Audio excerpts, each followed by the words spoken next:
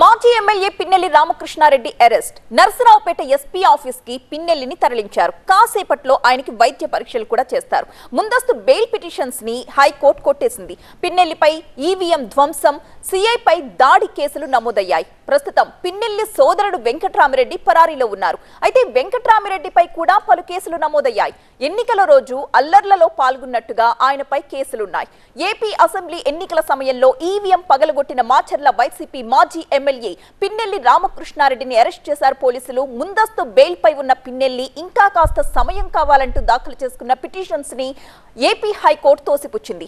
దీంతో రంగంలోకి దిగిన పోలీసులు హోటల్లో అరెస్ట్ చేసిన ఎస్పీ కార్యాలయానికి తరలించారు. పోలింగ్ మరుసటి రోజు చోటు చేసుకున్న హింసాత్మక సంఘటనలకు సంబంధించి మాచర్ల మాజీ ఎమ్మెల్యే పిన్నెల్లి రామకృష్ణారెడ్డిపై మొత్తంగా 14 కేసులు నమోదయ్యాయి. ఇందులో 3 హత్యాయత్నం కేసులు. టీడీపీ ఏజెంట్ పై దాడి ఘటనలో పిన్నెల్లిపై హత్యాయత్నం కేసు నమోదైంది. కారంపొడిలో దాడి కేసులో సీఐ ఇచ్చిన ఫిర్యాదు ఆధారంగా పిన్నెల్లి బ్రదర్స్ పై మరో కేసు కూడా నమోదైంది. ఇవి కాకుండా ఈవీఎం ధ్వంసం చేసిన ఘటనలో మరో కేసు నమోదైంది. మొత్తం 4 కేసులు. ఈ కేసుల్లో నిందితుడిగా ఉన్న పిన్నెల్లి సోదరుడు వెంకట్రామిరెడ్డి అప్పటి నుంచి పరారీలోనే ఉన్నారు.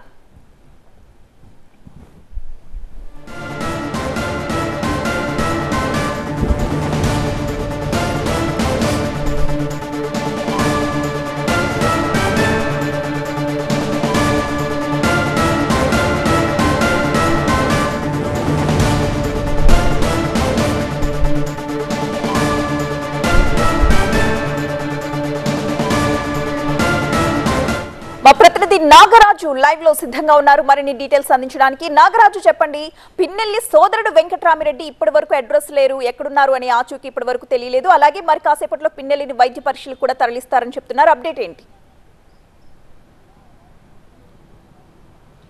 ప్రస్తుతం అయితే పిన్నెల్లి వెంకట్రామిరెడ్డి మీద కూడా మాచర్ల నియోజకవర్గంలోని పలు స్టేషన్లో కూడా పలు కేసులు అయితే ఉన్నాయి. కానీ ఇప్పటివరకు అయితే పిన్నెల్లి వెంకట్రామిరెడ్డి ఎక్కడున్నాడు అనేది మాత్రం ఆచూకీ తెలియలేదు. దాదాపుగా ఎన్నికలు అయిన తర్వాత, అంటే మే 13లో ఎన్నికలు అయిన తర్వాత 20-25 ఆ సమయంలో హైదరాబాద్ వెళ్ళడం జరిగింది. హైదరాబాద్ వెళ్ళిన తర్వాత అక్కడి నుంచి పిన్నెల్లి వెంకట్రామిరెడ్డికి ఎక్కడికి వెళ్ళాడు అనేది కూడా ఇప్పటివరకు పోలీసులు కూడా చెప్పలేకున్న పరిస్థితి అయితే నెలకొని ఉంది. ప్రధానంగా పిన్నెల్లి వెంకట్రామిరెడ్డి మీద కూడా 3-4 కేసులు అయితే ఉన్నాయి. వీటిల్లో ప్రధానమైన కేసుల్లో కారంపొడి ఏదైతే కారంపొడి పోలీస్ స్టేషన్ పరిధిలో అక్కడ సిఐ మీద దాడి చేసిన కేసులో పిన్నెల్లి రామకృష్ణారెడ్డితో పాటు పిన్నెల్లి వెంకట్రామిరెడ్డి కూడా ప్రధాన నిందితుడిగా ఉన్నాడు. 307 సెక్షన్ కింద కేసు నమోదు చేశారు. మరొక కేసు ప్రధానమైంది మాచర్ల పట్టణంలోని పీడబ్ల్యూడీ కాలనీలో ఎన్నికల రోజు అక్కడ వాహనాల మీద దాడి చేసి అదేవిధంగా కొంతమంది కార్యకర్తల మీద కూడా దాడి చేయడం జరిగింది.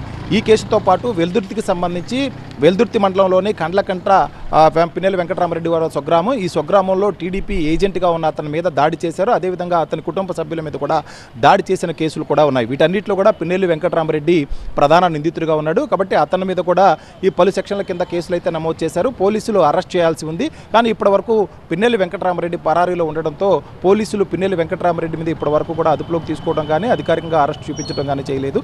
మరొక వైపు పిన్నెల్లి రామకృష్ణారెడ్డిని 4 గంటల సమయంలో నర్సరావుపేటలో చెక్పోస్ట్ దగ్గర ఉన్న ఒక ఇంట్లో అదుపులోకి తీసుకున్నారు. అదుపులోకి తీసుకుంటున్న సమయంలో కొంతమంది కుటుంబ సభ్యులు ఉంటే కుటుంబ సభ్యులకు కూడా పలు కేసుల్లో నిందితుడిగా ఉన్న పిన్నెల్లి రామకృష్ణారెడ్డిని అదుపులోకి తీసుకున్నట్లు కూడా పోలీసులు కుటుంబ సభ్యులకు చెప్పారు.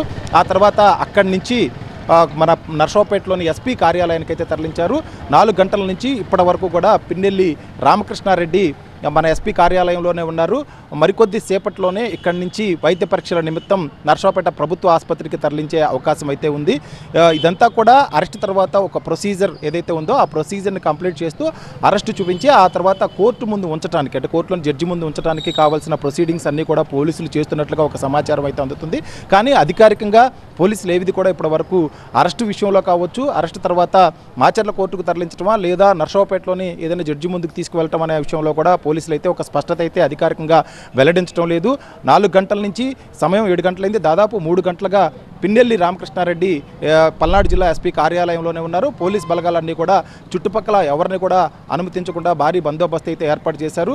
మనకు అందుతున్న సమాచారం మేరకు మరికొద్ది సేపట్లోనే నర్సరావుపేటలోనే ప్రభుత్వ వైద్యుడికి తీసుకెళ్లి వైద్య పరీక్షలు అయితే నిర్వహించే అవకాశం కనిపిస్తూ ఉంది. ఎందుకంటే పిన్నెల్లి రామకృష్ణారెడ్డి షుగర్ వ్యాధితో బాధపడుతూ ఉన్నారు.